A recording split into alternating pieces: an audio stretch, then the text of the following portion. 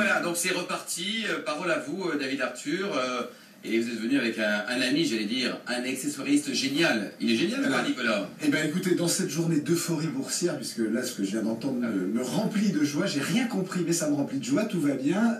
Je pense que vous avez un peu d'argent à dépenser pour votre femme, donc je vous ai amené le chouchou de la mode, Nicolas Theil, qui est un accessoiriste hors pair, qui officie à côté de sa propre maison pour des maisons prestigieuses comme celle de Jean-Paul Gaultier. Et alors, Nicolas, pour vous présenter en 2-3 mots, qu'est-ce que vous pourriez dire à nos téléspectateurs? En tant que créateur d'accessoires, j'ai une vision légèrement différente du fait de mon âge. Vous avez quel âge, Nicolas? J'ai 26 ans. Tout jeune. Oui, j'ai commencé dans la mode il y a presque une dizaine d'années au niveau des idées, du dessin. J'ai une façon de créer un peu différente. Je m'inspire beaucoup de la nature, la destruction, la reconstruction. Ouais, parce que c'est ça, c'est vous détruisez avant de construire. Où j'utilise des matières déjà détruites, que l'homme a détruites, oui. Et j'essaie de les reconstruire de la meilleure façon, la plus luxueuse possible. Quelle est votre matière préférée? J'adore le cuir et le métal. Voilà, pour moi, c'est vraiment... Alors, est-ce que Marlène, qui est à côté de vous, pendant qu'on va parler, peut nous montrer certaines pièces Comme, voilà, vous êtes un spécialiste de la pochette. J'adore les pochettes longues, jamais avec des petites chaînettes. C'est toujours des porte-mains avec des gants. Toujours très élégant, toujours très soirée. Légèrement rock, mais je veux que ça reste très féminin, très poétique toujours. Alors, on voit de plus en plus d'hommes avoir une pochette dans certaines soirées, enfin surtout l'été, quand ils arrivent en smoking ou en chose, ils laissent la pochette avec leur clé de voiture. Leur truc. Vous avez drôle de Non, mais très sérieusement, moi j'en vois pas mal. J'en vois pas mal. Est-ce qu'il y a une tendance dans la pochette? La pochette, c'est le côté pratique de pouvoir porter le magazine, le côté iPad, le côté tous ces mini-ordinateurs, être toujours connecté. Et en même temps, voilà, c'est plus le gros sac qu'on se balade tout le temps, on a besoin d'aller très très vite. Ça se range aussi dans un sac de voyage. Alors voilà, là on voit par exemple ce que Marlène a entre les mains, vous froissez le cuir, vous le maltraitez avant de lui redonner une beauté et une forme. Enfin le cadeau de Noël de David Cobold. Enfin votre cadeau de Noël, David. Ça c'est la pochette tronc.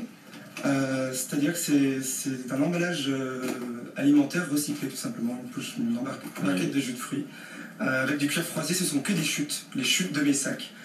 Quand je fais des sacs comme celui-ci, je réutilise les chutes, emballage polypropylène. Donc ça coûte pas cher. Non, il y a un vrai. Non, alors il faut être très honnête. Il y a un vrai savoir-faire. Il y a une qualité des cuirs et des matières premières qui est absolument extraordinaire. Voilà. Mais ce qui est intéressant chez Nicolas, c'est justement de sortir des classiques, des codes classiques et d'amener quelque chose de nouveau. Parce que là, si on voit le sac de profil, on est sur des formes qui font penser à un diamant. Il Voilà. faut savoir que j'ai fait mes études, mon lycée à Tokyo. Oui. Depuis l'âge de mes 14 ans. Donc vous avez l'architecture très inspirée d'Yamamoto, les grands créateurs.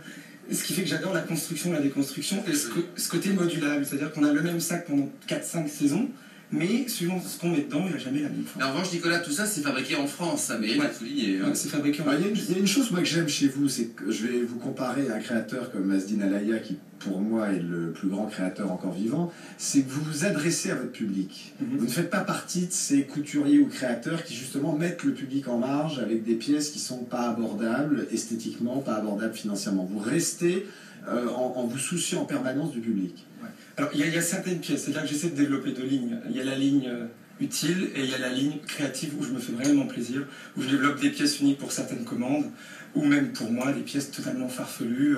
Alors il y a un bracelet que je voudrais qu'on montre que Marlène a en galucha qui est sublime, qui est le bracelet pomme. Nicolas, c'est pas une collection pour un tiers, c'est ça. Non, tout ce que Nicolas a amené, c'est sous la marque Nicolas Theil.